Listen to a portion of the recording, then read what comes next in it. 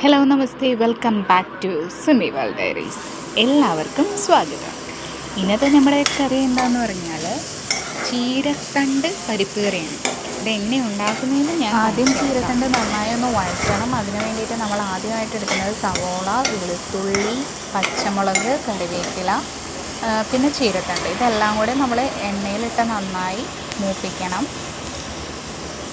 നന്നായി ഒന്ന് മൂത്ത് വന്നിട്ട് വേണം നമുക്ക് പരിപ്പ് സെറ്റ് ചെയ്യാൻ. അപ്പം നന്നായി ഒന്ന് ചട്ടി ചൂടാക്കി എണ്ണയിലിട്ട് കടുകിട്ട് നന്നായി ഒന്ന് മൂപ്പിക്കുകയാണ് ഞാൻ.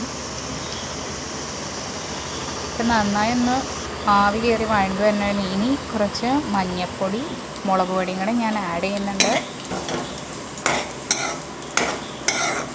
ഇനി നന്നായി ഒന്ന് മിക്സ് ചെയ്യാം. നന്നായി വഴറ്റുക.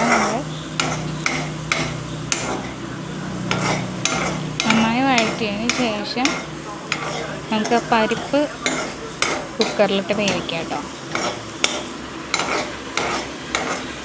നന്നായി വഴറ്റിക്കൊണ്ടിരിക്കുക.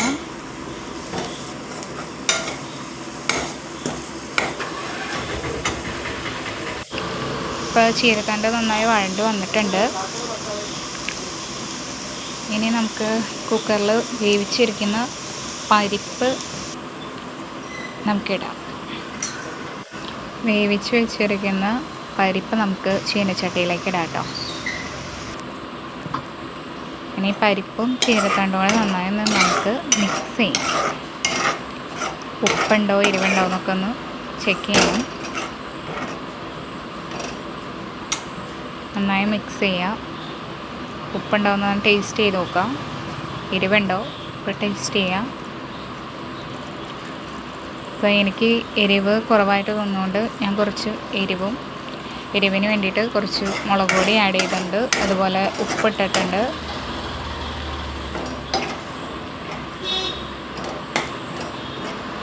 നന്നായി ഇളക്കി കൊടുക്കുക. നന്നായി മിക്സ് ചെയ്യാം. ഇളക്കിക്കൊണ്ടിരിക്കുക.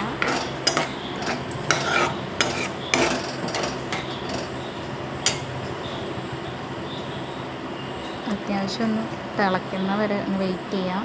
ഞാൻ കുറച്ച് വെള്ളം ആഡ് ചെയ്യുന്നുണ്ട്. ഇനി ഒന്ന് ചൂടായി തിളച്ച് തന്നെ നന്നായി ഇളക്കി കൊടുക്കുക.